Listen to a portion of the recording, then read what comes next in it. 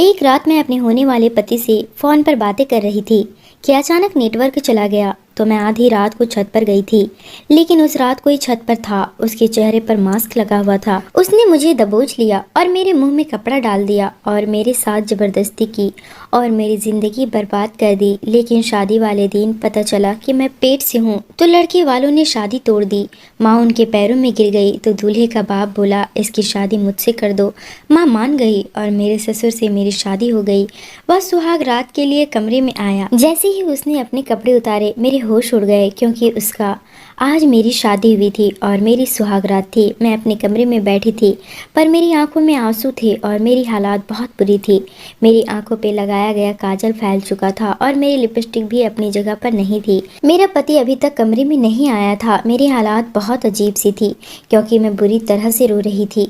मेरी शादी बड़े ही अजीबो गरीब हालात में हुई थी, फिर भी दिल को तसल्ली देने लगी कि अब शादी तो हो गई है, जिंदगी तो गुजारना है, मरना तो नहीं है। जिंदगी जैसी भी हो, इंसान को जीने का शौक रहता ही है, चाहे वो इस दुनिया का सबसे बदकिस्मत इंसान क्यों ना हो।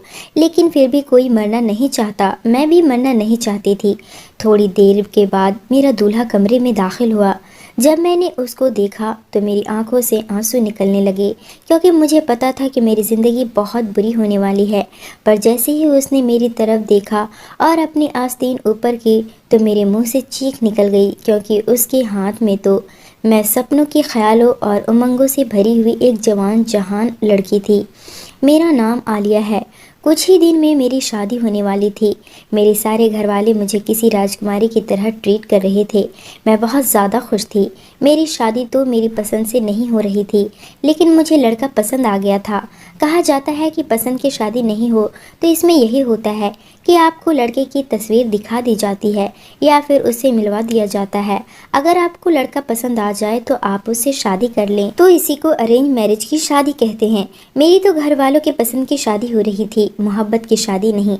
मोहब्बत की शादी वो होती है जिसमें दो लोग एक दूसरे से मोहब्बत करते हैं और उसके बाद शादी करने का इरादा करते हैं। लेकिन मैं अपने घर वालों के पसंद की शादी पे भी खुश थी, क्योंकि लड़का मुझे पसंद था। आजकल घर में बहुत रौनक लगी हुई थी। मेरे बाबा तो जिंदा नहीं थे, लेकिन मेरी काफ़ी सारी कजिन्स थी। मेरी माँ ने ही मेरे लिए सब कुछ किया था। 2 महीना पहले ही मेरी कज़न सब ढोलक लेकर के बैठ गई थी और रोज़ ही घर में कोई ना कोई हंगामा होता था। रौनक लगी हुई थी। जब लड़की की शादी होती है तो उसको इस बात की खुशी होती है कि मुझे नए नए कपड़े मिलेंगे, मेरी सारी सहेलियाँ मुझे किसी शहजादी की तरह प्यार करेंगी, मुझे उठ के कोई पानी भी नहीं पीने देगा। लेकिन यह नहीं पता होता है कि आगे क्या होने वाला है, पूरी ज़िंदगी में उसके साथ क्या होना है। और यकीन मानिए कि किसी के साथ भी ऐसा नहीं होता। किसी भी लड़की को कोई खबर नहीं होती कि उसकी शादी के बाद उसके साथ क्या होगा। लेकिन इसका मतलब यह नहीं कि आप इन दिनों को एंजॉय नहीं करें। 2-4 महीने, 7 महीने, 8 महीने, अगर किसी की किस्मत अच्छी हो तो 1 साल। लेकिन मैं कहती हूँ कि इस वक्त को एंजॉय करना चाहिए। पर ना जाने आज मुझे मेरे बाबा की याद आ गई। मेरी शादी में सिर्फ अब 1 महीने ही रह गए थे। अगर वो यहाँ होते तो बहुत खुश होते। उनकी दुआओं की मुझे सख्त ज़रूरत थी। मैं अपने बाबा से बहुत करीब थी। उनको इस दुनिया से गए 5 साल ही हुए थे। उनके साथ मेरी बहुत ही खूबसूरत और अच्छी यादें थी। नीचे अभी से तैयारियां शुरू हो गई थी और लाइट्स वगैरह भी लगने लगी थी। मेरी माँ सब कुछ कर रही थी। उन्होंने कहा कि वो मेरी बहुत अच्छे से शादी करवाएगी ताकि मुझे हमेशा याद रहे। वैसे देखा जाए तो इन सारी सजावटों का लड़की की ज़िंदगी पर कोई असर तो नहीं पड़ता है, लेकिन फिर भी इंसान 2 पल की खुशी ही मना लेता है, क्योंकि खुशियाँ कोई आपको प्लेट में सजा कर नहीं देता। खुशियाँ तो चुरानी पड़ती है वक्त से, ज़माने से। इसलिए शायद रस्मों रिवाजों को बनाया गया है। मैं छत पर खड़ी थी। छत पर बहुत खामोशी थी। सर्दियों का मौसम आने वाला था। ठंडी ठंडी हवा चल रही थी। मैं सोचने लगी कि मेरी शादी सर्दियों में हो रही है। ये बहुत अच्छी बात है। मुझे कामदार कपड़े पहनने में आसानी होगी और शायद मैं अपने पति के साथ हनीमून पर भी जाऊं। ठंडे इलाके में अपने पति के साथ जाना और सैर करना हर लड़की का सपना होता है। मेरे लिए भी ये मेरा सपना था। खैर, मैंने अपने आप को ही थाम लिया और आंखें बंद कर ली जब अचानक से किसी ने मेरे मुंह पे हाथ रख के मुझे खींच लिया। उसकी जकड़ बहुत मजबूत थी। वो मेरा कोई अपना नहीं था। उसने मेरे साथ बहुत बड़ा जुल्म कर दिया, मेरे साथ ज्यादती कर दी। मुझे याद है कि मैंने एक चिड़िया देखी थी। मुझे एक चिड़िया नजर आई थी, लेकिन रात के वक्त चिड़िया कैसे? बस मेरी आंखों के सामने कोई चिड़िया थी, काले रंग की, या शायद वो उस चिड़िया का निशान था।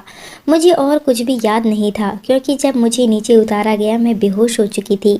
शायद सब लोग मुझे ढूंढते रहे, तलाश करते रहे, और 2-4 घंटे के बाद मैं उनको मिली। छत पर बहुत अंधेरा था। घर को रोशनी से सजा दिया गया था। छत के ऊपर कोई लाइट नहीं लगाई गई थी। छत के ऊपर लाइट का कोई काम ही नहीं था। छत के ऊपर दीवारें भी थी। दीवार इतनी ऊंची बनी हुई थी कि अगर कोई बैठा भी हो तो नजर नहीं आता। इसलिए घर वालों को मेरी तलाश करने में बहुत परेशानी हो रही थी, क्योंकि उस आदमी ने मेरे साथ जबरदस्ती करके मुझे कोने में एक लाश की तरह रख दिया था। कुछ लोग मुझे ढूंढते हुए छत पे भी आए थे, लेकिन मैं उनको नजर नहीं आई। जब सुबह की रोशनी फैलने लगी तो मैं उनको नजर आई और मुझे अस्पताल ले जाया गया। मेरी हालात बहुत बुरी थी। ये बात सिर्फ मेरी माँ और करीबी रिश्तेदारों को ही पता थी। उनको ये नहीं पता था कि मेरे साथ क्या हुआ। मैंने बताया भी नहीं। मैं डर गई थी। मैंने कहा कि मुझे चक्कर आ गया था और मैं बेहोश हो गई थी। मेरी माँ ने कहा कि हाँ, जब सारी सारी रात बैठ के तुम लोग गाने गाओगे, मेहंदी लगाओगे, आराम नहीं करोगे तो फिर यही सब कुछ होगा ना। पूरा दिन पूरी रात इंसान जागेगा तो ऐसा ही होगा। आज से ऐसा कुछ नहीं होगा। मेरी तो जान ही निकल गई थी। तुम्हें पता है मैंने तुम्हें कहाँ कहाँ नहीं ढूंढा। मेरी तो पूरी दुनिया ही अंधेरी हो गई थी। मुझे लगा पता नहीं तुम कहाँ चली गई, कहीं तुम्हें कुछ हो तो नहीं गया। मैंने कहा माँ, आपको परेशान होने की ज़रूरत नहीं है, अब मैं बिल्कुल ठीक हूँ। तभी माँ कहने लगी, चलो जो हुआ सो हो गया। आज के बाद तुम अपने आप पर थोड़ा ध्यान दो। शादी के अब ज़्यादा दिन नहीं बचे हैं। इतना जागोगी तो चेहरे से रौनक खत्म हो जाएगी। दुल्हन के चेहरे पे रौनक नहीं होगी तो प्यारी कैसे लगोगी। मेरी माँ ने कहा कि अब तुम्हें सिर्फ आराम करना है। मैं हाँ में सर हिला दिया। हम लोग अस्पताल से घर आ गए। धीरे धीरे वक्त गुजरता गया। मुझ पर जो बीता था वह मैंने किसी को नहीं बताया। मैं अपने होठों को खामोश कर चुकी थी। मैंने उस दर्द को अपने सीने में दबा लिया था और किसी को भी कुछ नहीं बताया। और शादी के दिन भी करीब आ गया। अब शादी के बस 3 दिन ही बच गए। इन 3 दिनों तक मेरा बहुत ख्याल रखा गया। मेरी उदासी को यही सोचा गया कि शायद मैं अपने बाबा को याद कर रही हूँ, इस घर से और सबसे दूर जाने वाली हूँ, इसलिए मैं परेशान हूँ। लेकिन मैं ही जानती थी कि मेरे साथ क्या हुआ था। पर मैंने अपनी ज़बान बंद कर ली थी, क्योंकि मुझे पता था कि इसका नतीजा क्या निकलने वाला था। मुझे नहीं पता कि वो कौन था जिसने मेरे साथ ये सब कुछ किया, लेकिन अभी भी मैं अपनी ज़िंदगी को बर्बाद होने से बचा सकती थी। खामोश रहकर ये सब कुछ कर सकती थी। मुझ पर क्या गुजर रही थी सिर्फ मैं ही जानती थी, लेकिन किसी को कुछ बता नहीं सकती थी।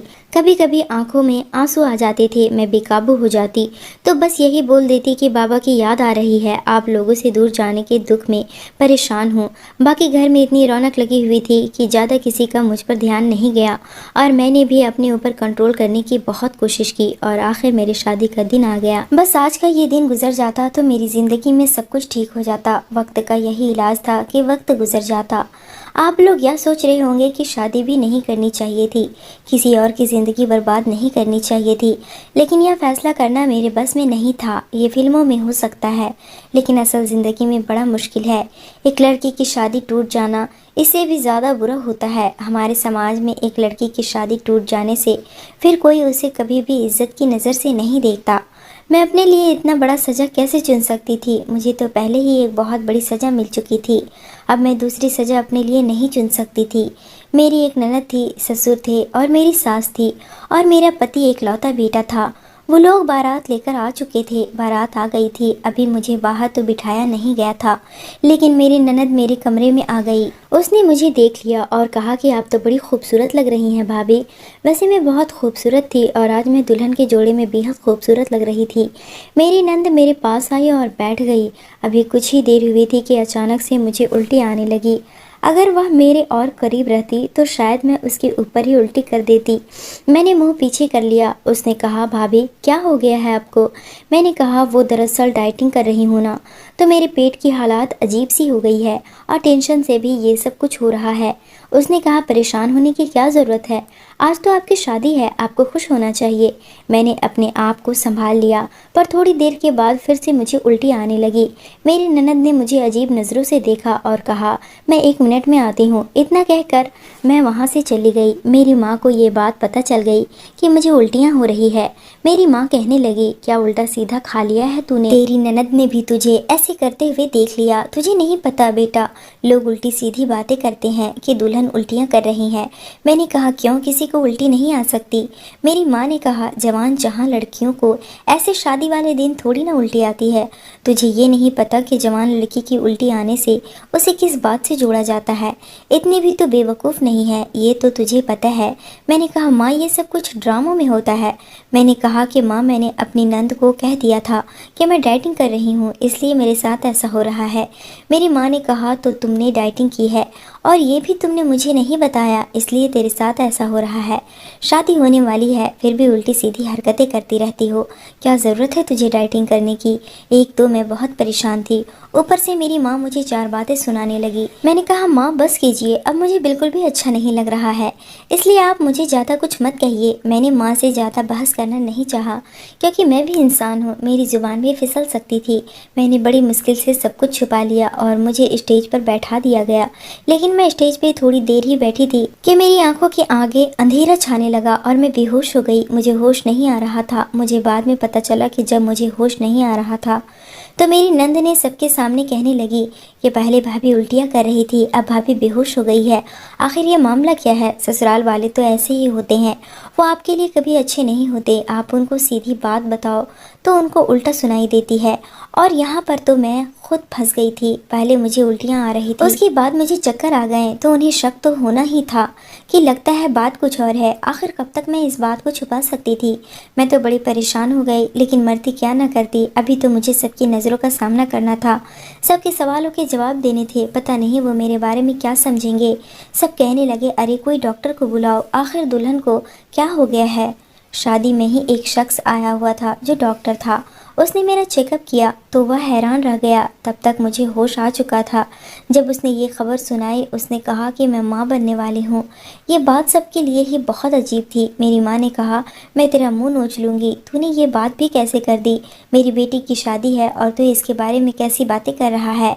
ऐसा कुछ नहीं है, मेरी बेटी का किसी के साथ कोई ताल्लुक नहीं है।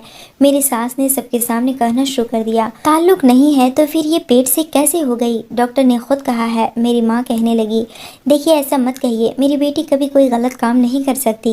वह तो आज तक किसी लड़के से बात तक नहीं की है। मेरी माँ डॉक्टर से कहने लगी, ऐसा तुम क्यों कह रहे हो? कह दो ये झूठ है, बहुत बड़ा तमाशा बनेगा। डॉक्टर ने कहा, कोई बात नहीं, हो सकता है मैं गलत भी हूँ, अभी टेस्ट करवा लेते हैं। यहाँ पर एक लेबोरेटरी वाले को मैं जानता हूँ, वो आधे घंटे में टेस्ट की रिपोर्ट भी दे देगा। मैंने कहा, मैं बिल्कुल टेस्ट नहीं करवाऊंगी। मेरी माँ ने कहा, तू क्यों टेस्ट नहीं करवाना चाहती है? सबके सामने मेरी इज्जत की नीलामी मत कर, चुपचाप जो कहते हैं वो कर ले। मुझे पता था कि मैं ही मुश्किल में थी। उन्होंने मुझसे टेस्ट करवा लिया। आधे घंटे में उसने व्हाट्सएप पर रिपोर्ट भेज दी। उस आदमी ने वही रिपोर्ट अपने फ़ोन पे ऑन करके सबके सामने दिखा दी। उसने कहा, ये लड़की माँ बनने वाली है, इसमें कोई झूठ नहीं है।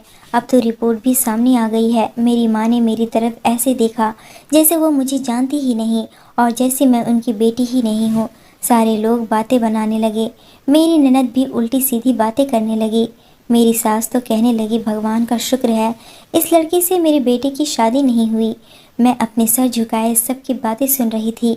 मेरे पास कोई जवाब नहीं था। मेरी सास ने मेरी माँ को बहुत बातें सुनाई। आप तो बड़ा कह रही थी कि मेरी बेटी बहुत शरीफ है, शराफत के दम भर रही थी। देखिए आपकी बेटी ने क्या किया। ये तो हमारी किस्मत है कि हमें सही वक्त पर पता चल गया, नहीं तो हमारे बेटे की तो जिंदगी बर्बाद हो जाती। हमारे बेटे ने कोई पाप नहीं किया है कि उसकी शादी ऐसी लड़की से होती। मेरा होने वाला पति भी मुझे अजीब नज़रों से देख रहा था। उसकी आंखों में मेरे लिए नफरत थी। मेरी सास ने कह दिया कि मैं तो अपनी बेटी की शादी इस लड़के से कभी नहीं कराऊंगी। हम सब जा रहे हैं। मेरी माँ उनके कदमों में बैठ गई और रोने लगी। उनके सामने हाथ जोड़ने लगी। मैंने अपनी माँ को ऐसे करते हुए देखा तो मेरा दिल फटकर रह गया, लेकिन मैं क्या कर सकती थी? क्या यह मेरी गलती थी कि मेरे साथ ये सब कुछ हुआ था? लेकिन यहाँ पर ऐसा ही होता है। अगर एक लड़की के हालात सबके सामने इस तरह आए तो लोग लड़की को ही गलत ठहराते हैं, उसे ही बदकिरदार कहा जाता है। यही तो करती है दुनिया। एक औरत के साथ में भी अपने आप को यही कह रही थी कि मेरी कोई गलती नहीं है, इसमें मेरी क्या गलती है। मेरे साथ तो एक हादसा हुआ था, लेकिन मैं किसी भी तरह कुछ भी साबित नहीं कर सकती थी। मैं बुरी तरह से रो रही थी। मेरी माँ उनके कदमों में बैठी थी। मेरी माँ ने उन लोगों से कहा, ऐसा मत कीजिए, आप यहाँ से चले गए तो मेरी बेटी से कोई शादी नहीं करेगा। उन्होंने कहा, आपकी बेटी मेरे बेटे से क्या किसी भी लड़के से शादी करने के लायक नहीं है। आप ये चाहती हैं कि हम इस बदनामी की टोकरी को अपने साथ ले जाएं ताकि हम भी जलील होते फिरे। आजकल तो लड़कियों का पैर बड़ी जल्दी फिसल जाता है, लेकिन हमें नहीं पता था कि आपकी बेटी भी ऐसी होगी। क्या क्या नहीं हो रहा है आजकल। पर इसका मतलब यह नहीं कि आंखों देखकर मक्खी निगल ली जाए। वो लोग जाने लगे तो मेरी माँ ने उनके पैरों को पकड़ लिया। मेरी सास कहने लगी, हम यहाँ पर शादी नहीं करने वाले, बस बात खत्म। लेकिन आगे मेरे ससुर ने जो बात कही उसे सुनकर वहाँ पर जितने भी लोग थे वह सब के सब हैरान हो गए। मेरी भी कदमों तले से ज़मीन खिसक गई। मेरे ससुर ने कहा कि मैं इस लड़की से शादी करूँगा, मैं इसे शादी करने के लिए तैयार हूँ। यह सुनकर तो मेरी सास के भी होश उड़ चुके थे। वह कहने लगी, ये तुम क्या कह रहे हो, तुम इससे शादी करोगे? मेरे ससुर ने कहा, मैं इस लड़की की ज़िंदगी बचाने के लिए इससे शादी करूँगा, वरना इसकी ज़िंदगी तो बर्बाद हो जाएगी। मेरी सास ने कहा कि मेरे होते हुए इसके साथ शादी कैसे करोगे? तो मेरे ससुर कहने लगे, वह सब मुझे तुम्हें समझाने की ज़रूरत नहीं है, मैं चाहूँ तो शादी कर सकता हूँ। तभी मेरी सास कहने लगी, ऐसे कैसे कर लोगे शादी तुम? अगर तुमने शादी के लिए अपना एक कदम भी आगे बढ़ाया तो मुझसे बुरा कोई नहीं होगा, मैं तुम पर केस कर दूंगी। तभी मेरे ससुर कहने लगे, तुम्हें जो करना है कर दो, केस करना चाहती हो कर दो, कोर्ट में मुझे लेकर जाना चाहती हो लेकर चली जाना, लेकिन इतना जान लेना, तुमने अगर मुझ पर केस किया तो मैं तुम्हें छोड़ दूंगा, तुम्हें अपने घर से निकाल दूंगा, तुम घर से बेघर हो जाओगी। मेरी ससुर की ऐसी बातें सुनकर मेरी सास खामोश हो गई। मेरा जो होने वाला पति था अपने बाप पर चिल्लाने लगा। तभी मेरा ससुर कहने लगा, खामोश हो जाओ, तुम एक लफ्ज़ भी नहीं बोलोगे। अगर तुम में हिम्मत है तो फिर कर लो इस लड़की से शादी। वह अपनी नज़रें झुकाकर माँ के पीछे हो गया। तभी मेरे ससुर ने कहा, अगर मुझसे किसी ने भी इस बारे में अब बात करने की कोशिश की तो मुझसे बुरा कोई नहीं होगा। मेरे ससुर की उम्र मुझसे कहीं ज़्यादा थी, लेकिन वो कोई ख़राब आदमी नहीं थे। उनकी उम्र लगभग 47-48 साल हो रही होगी। दिखने में हट्टे कट्टे थे। उन्हें देखकर कोई नहीं कह सकता था कि उनके 2 जवान बेटा बेटी भी हैं। मेरी सास भी ज़्यादा बड़ी नहीं थी। खैर, मेरे ससुर मुझसे शादी करने के लिए तैयार हो गए, मेरा हाथ थामने के लिए तैयार हो गए। मेरी माँ ने उन्हें ऐसे देखा जैसे वो मेरी माँ के लिए मसीहा है। मेरी सास की हालात अजीब सी हो गई। उन्होंने कहा, तुम उस लड़के से शादी नहीं करोगे? तो उन्होंने कहा, मैं मर्द हूँ, मैं जिससे चाहूँ शादी कर सकता हूँ, तुम मुझे रोकने वाली होती कौन हो? मैं इस लड़की की इज्जत और ज़िंदगी बचाने के लिए इससे शादी ज़रूर करूँगा। मेरी माँ ने फ़ौरन हाँ कह दिया। उन्होंने कहा, अभी इसी वक्त शादी होगी। मेरी सास और मेरा होने वाला पति और मेरी ननद वहाँ से वापस चली गईं। उन्होंने नाराज़गी का इजहार किया और वो वहाँ से चले गए। कुछ रिश्तेदार थे जो आपस में एक दूसरे से बातें करने लगे। वह लोग मुझे कहने लगे कि कैसी लड़की है जो शादी से पहले ही पेट से हो गई है, पता नहीं किससे मुंह काला करके बैठी है, किसका बच्चा पेट में लिए घूम रही है। इसको देखो तो ज़रा, इसे ज़रा भी डर नहीं लगा कि शादी करके दूसरे घर में जाएगी तो वहाँ कैसे रहेगी दूसरे बच्चे को लेकर। इसने कितने निडर होकर शादी करना चाहा।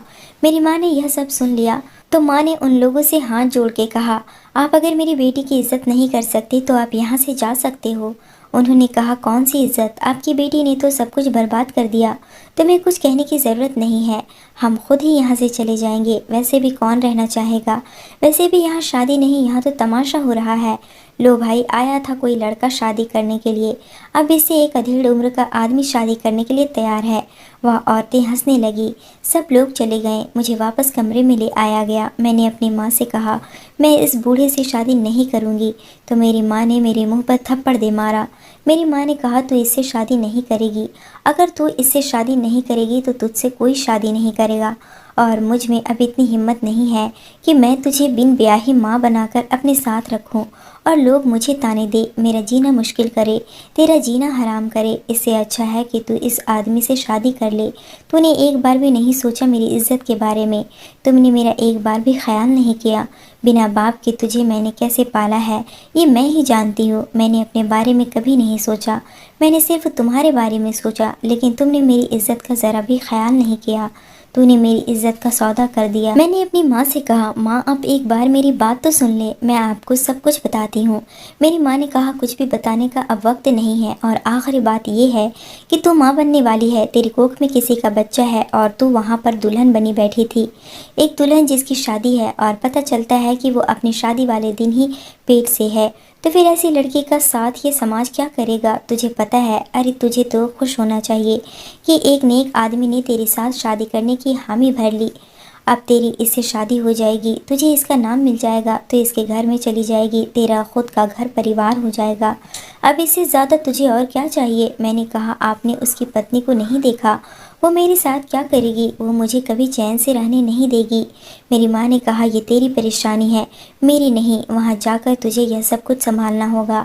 अभी यहाँ जो हो रहा है यह मेरी परेशानी है और मुझे इस परेशानी से निकलना है। इस परेशानी के साथ मैं चैन से नहीं जी पाऊंगी। मैंने कहा, माँ मैं आपके लिए परेशानी बन गई हूँ, मैं आपकी बेटी हूँ। मेरी माँ ने कहा, बेटियाँ ही तो बड़ी परेशानियाँ बनती है, तभी तो जब बेटियाँ पैदा होती है तो लोग परेशान हो जाते हैं। अब मैं खामोश हो गई क्योंकि मेरी माँ ने ही मेरा फैसला कर दिया था। अब मैं कुछ बोलना नहीं चाहती थी। मैं बैठी रही जिंदा लाश की तरह जिसमें कोई जान नहीं थी। मेरी शादी मेरे ससुर के साथ हो गई जिसका नाम वर्मा था। अब वो मेरा पति था। आधे से ज़्यादा रिश्तेदार जा चुके थे, जो खड़े थे वो सिर्फ तमाशा देखने के लिए ही खड़े थे। कुछ ऐसे थे जो मेरी माँ को तसल्ली भी दे रहे थे, लेकिन साथ ये भी कह रहे थे कि आपने अपनी बेटी की अच्छी परवरिश नहीं की है, आपका पति भी तो इस दुनिया में नहीं था ना, और आप कमाई में लग गईं, आपने बेटी को छोड़ दिया। काश कि आपने थोड़ा सा ख्याल किया होता तो आज ये हम सबके लिए इतनी बड़ी बदनामी का कारण न बनती। मेरी माँ सबकी बातें सुन रही थी, पता नहीं किस तरह ये सब कुछ बर्दाश्त कर रही थी, किस तरह से वो सब कुछ सुन रही थी और कहाँ से इतना हिम्मत लेकर आ रही थी, वही जानती थी। खैर मेरी शादी हो गई। मेरे पति ने कहा कि मैं तुम्हें फ़िलहाल अपने घर तो नहीं लेके जा सकता हूँ, क्योंकि इस वक्त मेरी पत्नी वहाँ पर बहुत गुस्से में होगी और कोई ना कोई बात ज़रूर करेगी। लेकिन मेरी एक रिश्तेदार है, हम उनके घर जाएंगे, एक हफ्ते वहीं पे रहेंगे और इसके बाद जब मामले ठंडे हो जाएंगे तो अपने घर ले जाऊंगा। मेरी माँ ने मेरे पति से कहा, देखिए आपने बहुत बड़ा एहसान किया है हम पर, मेरी बेटी से गलती हुई है, वो जवान है और उससे गलती हो सकती थी। आजकल तो आपको पता ही है कि किसी भी लड़की को बेवकूफ़ बनाना कौन सा मुश्किल काम है। अब मेरी बेटी आलिया आपकी पत्नी है, आपके साथ है, आपने उसे कबूल किया है तो आप उसका ख्याल तो रखेंगे ना। उसने कहा, हाँ क्यों ख्याल नहीं रखूंगा, मैंने सोच समझकर ही शादी की है और आप परेशान मत होइए, मैं आपकी बेटी का बहुत ख्याल रखूंगा। मैं ये सोचकर हैरान थी कि इस आदमी ने कैसे मुझसे शादी कर ली, कैसे उसने ये सब कुछ कबूल कर लिया। आखिर मैं उन सब की नज़र में एक बद किरदार लड़की थी और मेरे पेट में किसी और का बच्चा भी था। पता नहीं इस आदमी के अंदर शायद बहुत रहम दिल था। एक वो आदमी था जिसने मेरे साथ ये जुल्म किया और एक ये आदमी है जो मेरी मदद कर रहा था। मेरे दिल में उसके लिए मोहब्बत तो नहीं जागी थी, लेकिन इज्जत जरूर पैदा हो गई थी। उसने मुझे इस दर्द से बचा लिया। मेरी माँ ठीक कह रही थी, क्योंकि जो भी हो ये सच था कि मैं माँ बनने वाली थी और मेरे पेट में किसी का बच्चा था। उसने मेरे साथ शादी कर ली। खैर 2-4 घंटे में अपनी माँ के घर ही बैठी थी, लेकिन ना मेरी माँ मुझसे कोई बात कर रही थी और ना ही कोई और। मैंने अपनी माँ से कहा, अगर मेरी परवाह नहीं है आपको तो फिर यह क्यों कह रही थी कि मेरी बेटी का ख्याल रखना। मेरी माँ ने कहा, चाहे कुछ भी हो, रहेगी तो तू मेरी बेटी ही, लेकिन जो तुमने किया है उसके लिए मैं तुझे कभी माफ़ नहीं करूँगी। अपने घर चली जा और वापस मेरे घर आने की कोई ज़रूरत नहीं है, बार बार चक्कर लगाने की कोई ज़रूरत नहीं है। मैंने कहा, माँ मैं आपको सब कुछ बताना चाहती हूँ। मेरी माँ ने कहा, क्यों, मुझे किस्सा सुनाकर मेरा दिल जलाना चाहती हो? क्या बताओगी मुझे कि कैसे उस लड़के से मिली थी? तुम लोग छिप छिप कर एक दूसरे से मिलते थे। अगर तुम किसी और लड़के को पसंद करती थी तो फिर तुमने शादी के लिए हाँ क्यों की? तुमने पहले मुझे क्यों नहीं बताया कि तुम किसी और लड़के को पसंद करती हो? मैं तुम्हारी शादी उसी से हंसी खुशी करवा देती। तुम्हें इतना तमाशा करने की क्या ज़रूरत थी? तुमने खुद का तमाशा तो बनाया ही, मेरी परवरिश का भी तमाशा बना दिया तुमने। तुम्हारा बाप भी इस दुनिया में नहीं है, वो भी अगर ज़िंदा होता तो तुम्हारी पसंद को ज़रूर समझता। तुमने यह कैसे समझ लिया कि तुम्हारी माँ नहीं समझेगी? तुम्हें मुझे बता देना चाहिए था, कम से कम मुझे बता देना चाहिए था। मैंने कहा, माँ आप मेरी बात नहीं सुन रही। आप मेरी बात सुनेंगी? आपको लगता है मैं ऐसा कर सकती हूँ? मैं आपकी बेटी हूँ, आपने मेरी परवरिश की है। क्या आपको अपनी परवरिश पर भरोसा नहीं है? आपको मुझ पर यकीन नहीं है? मैं मानती हूँ, लेकिन कम से कम आप अपनी परवरिश पर तो यकीन करें। तभी माँ कहने लगी, मैं अपनी परवरिश पर कैसे यकीन करूँ। आजकल तो बच्चे माँ बाप के हाथों से निकल गए हैं। और हाँ, मुझे तुम पर बड़ा मान था, लेकिन तुमने मेरा मान खराब कर दिया। मुझे अब उस बारे में कोई बात नहीं करनी। मैं माँ के पैरों में बैठ गई और उनको बताना चाहती थी कि मेरे साथ क्या हुआ है। मैं अपनी माँ को अपने बारे में बताने ही वाली थी कि मेरे पति मुझे लेने के लिए आ गया और मेरी माँ ने मुझे उसके साथ हम विदा होकर अपने पति के दोस्त के घर आ गए। मैं एक जगह बैठ गई। इस घर में कोई भी नहीं था, बस मेरा पति था। मैं इधर उधर देख रही थी तो मेरा पति एक कमरे में गया। मैंने उसे झांक कर देखा तो वह बेड बना रहा था, कमरे को सेट कर रहा था। मैं यह देखकर वापस अपनी जगह पर बैठ गई। थोड़ी देर बाद मेरा पति मेरे पास आया। उन्होंने कहा, जाओ कमरे में, थोड़ी देर में आता हूँ। मैं जाकर बिस्तर पर बैठ गई। लगभग 10 मिनट के बाद मेरा पति मेरे कमरे में आया। उसने मेरे घूंघट उठाई। मेरी मुंह दिखाई में उसने 15,000 मेरे हाथों में रख दिया। मैं उन रुपयों को अपने हाथों में रखकर चुपचाप खामोशी के साथ बैठी थी। मैं बहुत ज़्यादा परेशान हो रही थी। मेरे चेहरे का सारा मेकअप बिखर चुका था। मेरी आंखों पर काजल बिखरा हुआ था और रोने की वजह से मेरा सारा मेकअप खराब हो चुका था। मेरे बाल भी खराब हो गए। मैं उजड़ी हुई दुल्हन लग रही थी और शायद मैं यही तो थी, एक उजड़ी हुई दुल्हन। वह आदमी मेरे करीब आया। मुझे मेरे फैसले पर पछताने मत देना, अच्छी पत्नी बन के रहना। जो कोई भी तुम्हें नुकसान पहुंचाने के लिए हाथ आगे करेगा, मैं उस हाथ को तोड़ दूंगा, लेकिन तुम भी बदले में मेरी हर बात मानना। मैंने कहा, आपने यह फैसला क्यों किया? उसने कहा, मैं तुम्हारी ज़िंदगी बर्बाद होते नहीं देख सकता था। मैंने कहा, लेकिन मैं तो आपके बेटे की होने वाली पत्नी थी। फिर आपने मुझे अपनी पत्नी बनाने के बारे में कैसे सोचा? उसने कहा, अब तुम ऐसी बातें मत करो, भूल जाओ। अच्छा हुआ तो मेरे बेटे की बीवी नहीं बनी। वो बहुत अश्लील आदमी है, बहुत बदतमीज़ है। उसकी परवरिश उसकी माँ ने की है। वो तो मुझे भी इज्जत नहीं देता। कहता है कि मुश्किल वक्त में बाबा ने हमारा साथ नहीं दिया, इसलिए उसके बारे में मेरे सामने कोई बात भी मत करना। और मैं कोशिश करूंगा कि तुम्हें अलग घर में ही रखूं। कहीं यह ना हो कि वह आते जाते तुम पर नजर रखे। मैं खामोश हो गई। इतना कहकर मेरे पति बेड से उठ गए और वह अपने जिससे शर्ट को उतारना शुरू किया। जैसे ही उन्होंने अपना शर्ट उतारा, मेरे कदमों तले से जमीन खिसक गई, क्योंकि वह रात जब मेरे साथ जबरदस्ती हुआ था तो मैंने एक चिड़िया देखी थी। मेरी आंखों के सामने एक चिड़िया आई थी। चिड़िया का परछाई था। मुझे वही चिड़िया नजर आई और मैं सब कुछ समझ गई, क्योंकि मेरे साथ जुल्म करने वाला और कोई नहीं बल्कि मेरा होने वाला ससुर था और उसके हाथों पर चिड़िया का टैटू बना हुआ था। मैं उनसे दूर दूर हटने लगी। उन्होंने कहा, क्या हो गया, कहाँ जा रही हो? मैंने कहा, वह तुम थे। उसने कहा, क्या मतलब? मैंने कहा, वह तुम ही थे। उसने कहा, कैसी अजीब बातें कर रही है, पागल तो नहीं हो गई? मैंने कहा, हाँ तुम ही थे। मेरी नज़र उस चिड़िया के निशान पर थी और मेरे दिमाग में सब कुछ साफ हो गया था। मैंने कहा, उस रात छत पर जो भी मेरे साथ हुआ वह करने वाला तुम ही हो। मैं वहाँ से जाने लगी कि तभी उसने मेरा हाथ पकड़ लिया। उसने कहा, अब इस बात से कोई फ़र्क नहीं पड़ता, तेरे पेट में मेरा बच्चा है और मैं ही तेरा पति हूँ। अब अपनी माँ की और अपनी इज्जत बचाओ और चुपचाप अपनी ज़िंदगी मेरे साथ गुजार दो। बस अब मुझे पता था कि मुझे क्या करना है। मैंने एक गुलदान उठाया और उस शख्स के सर पर दे मारा और मैं वहाँ से भाग गई। सीधे अपनी माँ के पास आई और उसे सब कुछ बता दिया। मेरी माँ हैरान रह गई। मैंने कहा, माँ मैं झूठ नहीं बोल रही, मुझे आपकी कसम, आपने मुझे बात करने का मौका ही नहीं दिया। और मैं भी सोच रही थी कि ना जाने कौन था जिसने मेरे साथ यह सब कुछ किया, लेकिन मुझे मेरा मुजरिम मिल गया है। वह आदमी वर्मा है। उसने ही मेरे साथ यह सब कुछ किया। उसने मुझ पर गंदी नज़र रखी थी। उसने जब से मुझे देखा उसकी नीयत ख़राब हो गई। उसने मेरे साथ यह सब इसलिए किया क्योंकि वह चाहता था कि मैं उसके बेटे से शादी ना करूं, बल्कि उससे शादी करूं। अगर वह यह सब ना करता तो मेरी शादी उसके बेटे के साथ होती। इसलिए उसने मेरे साथ यह सब किया ताकि मेरा तमाशा बन जाए और वह सबके सामने मेरा हाथ थाम कर महान बन जाए।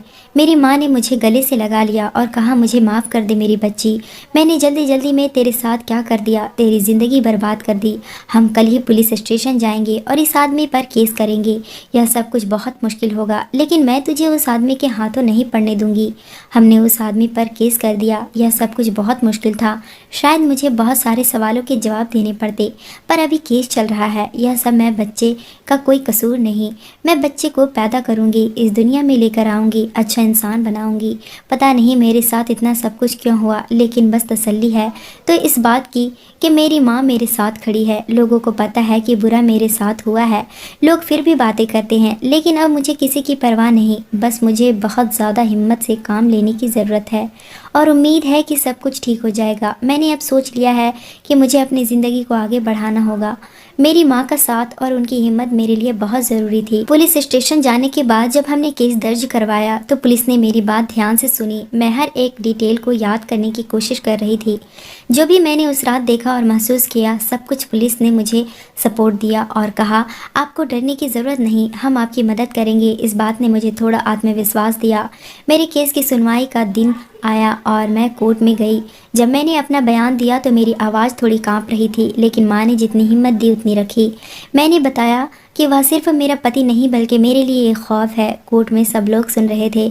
उनकी आंखें मुझ पर ठहरी हुई थी। वह आदमी वहां खड़ा था, उसकी आंखें गुस्से से भरी हुई थी, लेकिन इस बार मुझे उससे डर नहीं लग रहा था। मेरे बयान के बाद मेरी माँ खुद को संभालते हुए बोली, यह लड़की मेरी बेटी है, इसने जो भी झेला है उसकी कहानी सुननी चाहिए। मेरे दिल में खुशी थी कि मेरी माँ मेरे लिए खड़ी थी।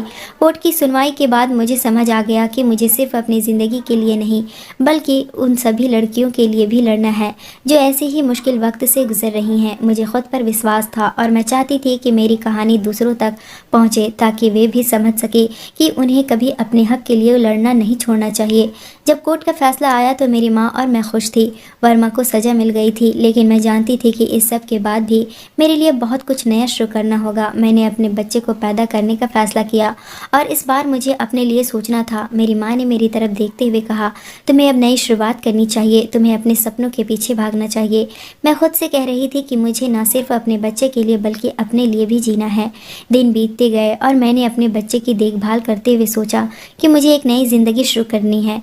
मेरा बच्चा मेरी ज़िंदगी का नया रोशन पहलू था। जब मैंने उसे गोद में उठाया तो मुझे महसूस हुआ कि मेरी सारी तकलीफ खत्म हो गई है। मैं एक अनाथ आश्रम में काम करने लगी। वहाँ पर जितने भी अनाथ बच्चे थे उन बच्चों का मैं देखभाल करने लगी। वहाँ पर मेरी मुलाकात परमजीत लड़के से हुई। उस लड़के को मेरी सारी हकीकत पता थी। एक दिन वह मेरे पास आया और उसने आगे से आकर कहा कि वह मुझसे प्यार करता है और मेरा हाथ थामना चाहता है और मेरे बच्चे के साथ मुझे अपनाना चाहता है। दोस्तों, अब आप ही मुझे बताएं, क्या मुझे परमजीत से शादी कर लेनी चाहिए या मुझे अपने बच्चे के साथ ही अकेली ज़िंदगी गुजारना चाहिए? कमेंट करके ज़रूर बताएं। दोस्तों, उम्मीद करती हूँ आपको हमारी कहानी पसंद आई होगी। कहानी पसंद आई है तो वीडियो को लाइक और चैनल को सब्सक्राइब ज़रूर करें।